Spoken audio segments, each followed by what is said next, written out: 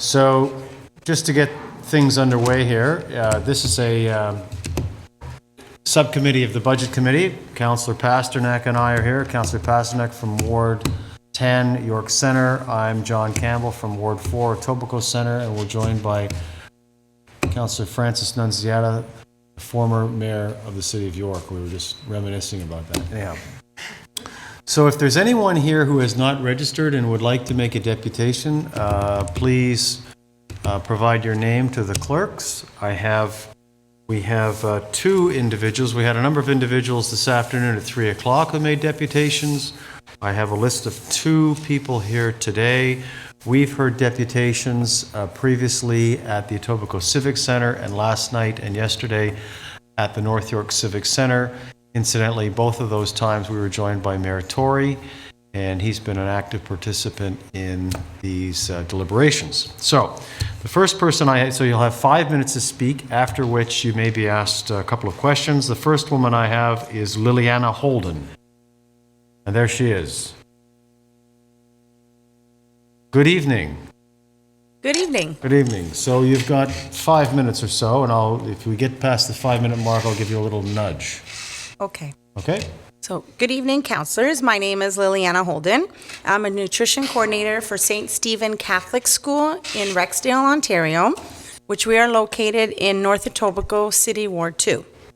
The St. Stephen School Student Nutrition Program is a mid-morning snack which consists of fruits, vegetables, milk products, and grains every day. I provide with fresh and creative snacks so that the children know what healthy nutrition snacks should look like. I know that many of them have never seen, smelt, or tasted many of the snacks we've offered before. For example, the children at St. Stephen's love salad wraps, grilled peaches with frozen yogurt, guacamole dip with pita bread, wrapped quesadillas with cherry tomatoes, and of course fresh kale salad with tomato, cucumber, and mozzarella. Every 2 weeks, I try and add a new food to the program. In December, we made the children kale, potato, and broccoli baked patties. The kids loved them because I believe that our children need to learn more about fresh, prepared ingredients. I use only a few packaged snacks. In fact, I believe that teaching the kids about healthy eating is vital to both their health and the future health of our community. About 400 students, or 90% of the students, participate in this program, but I leave the door open for any child who is hungry and has no lunch or a snack. Also, during EQAO testing, I make sure that all our grade 3 and 6 students have a snack so they can better focus on the test ahead of them. Our teachers have all commented about their class focus, how it's improved as a result of these snacks. In fact, our vice principal, our principal, teachers, and parents are very satisfied and very proud of our nutrition program. For example, when I receive a thank you from their parents for introducing them, when I receive a thank you from the parents for introducing them to the new food options, I know I've succeeded with this program. I love when I see my regular kids every morning pop in the rooms and say, "Mrs. H, what's for snack today?" I could never have successfully run the program without the help of my parent volunteers, our students, and of course the city. With the support of our principal, we have had many visitors come to St. Stephen's to learn and experience our program and its success. Though we receive funding from the Angel Foundation of Learning and some from our parents, the city's contribution is integral to the program's survival. Without city funding, I would be unable to run this program at high quality, and many of our students would go hungry.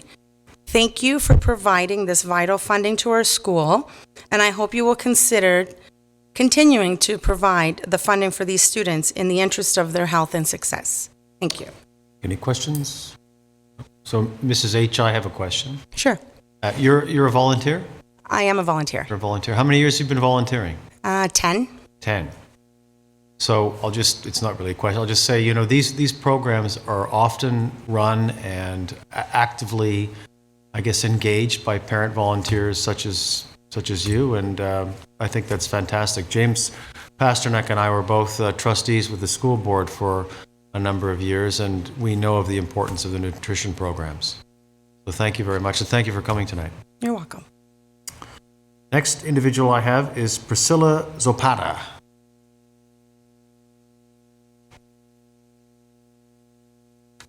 Good evening. Hello. Hi.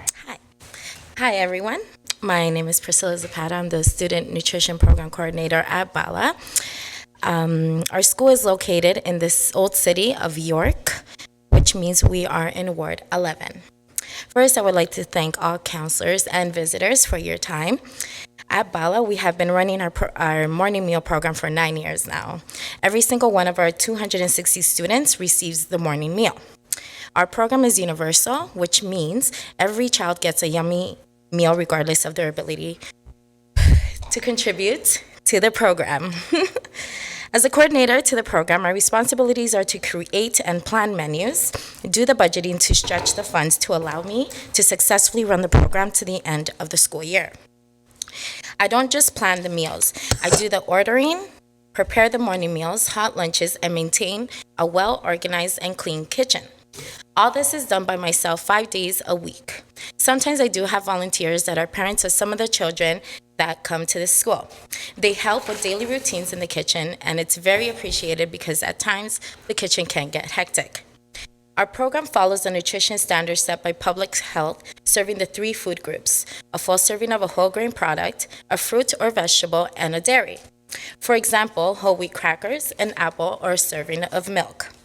At our school, we accommodate special dietary restrictions like halal and children with allergies. Thanks to the city, the province, and the local agencies such as BFL, Breakfast for Learning, we are able to feed our children healthy meals every day. This is a program I would love to see in every school. A child coming to school with a full tummy can have a huge impact on how they work in class and also their grades. Many parents are too busy rushing to work and getting their kids ready for school in the morning that they often forget or don't have the time to feed them breakfast or even a small snack. As a mother, I know this routine very well. I have come to appreciate this program very well because it helps out my daughter also with having a healthy meal and with her concentration in class. There are so many families that don't even have the food to give their children before school, and that breaks my heart. This is why we are here, to give those children and their families a chance at eating a healthy meal every day and a chance for better grades, because who can really think on an empty stomach? Ever since I started working for this program, I have seen so much changes in some students, from their pickiness to healthy food, which they now love, and to their learning abilities that have increased. Also, the program has taught me how to take healthier lifestyle choices home to my daughter and myself.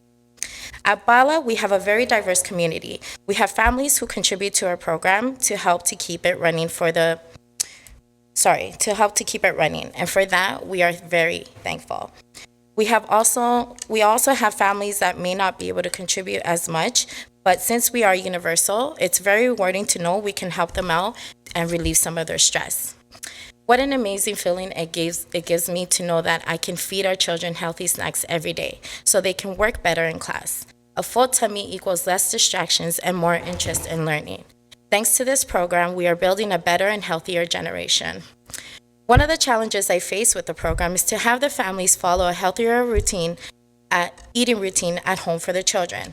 I have some children that have trouble with eating the healthy snacks at school because they are so used to eating cereal loaded with sugar or just cookies and juice in the morning. So they expect the same from our program. It took a while for me to change it around and give them the reasons as to why they need to eat healthier for their bodies. But I have been able to change some of their eating habits in the morning. So in the end, I can say that challenge has turned into a reward. A reward not only because I am changing children's eating habits, but I am teaching them the importance of eating healthy. With all my heart, I would love to thank the city for many years of continued support and for many more years to come. Bala thanks you. Thank you everyone for your time, and I hope I shed a little light on how important it is for our families, children, schools, and community. And please don't be afraid to pass by and take a look at our program at Bala. Excellent. Thank you very much. Thank you. Any questions? No questions? Just thank you. Thank you so much for you. coming tonight and Thank you. offering your There we go. So is there anyone else who wishes to make a deputation, offer comment on the budget? No? So that's the end of the list of speakers. Welcome, Councillor Di Giorgio. Thank you for coming, and thank you for your presence here. Councillor Pasternak. A motion, please. Yes, no, I understand. Thank you, Mr. Chair. That the Budget Subcommittee for Etobicoke, York, and North York Civic Centers consultation receive for information, public presentations, and communications submitted by members of the public. All in favor? That's it. Thank you. Thank you very much. We have concluded our meeting, and thank you all for coming out this evening.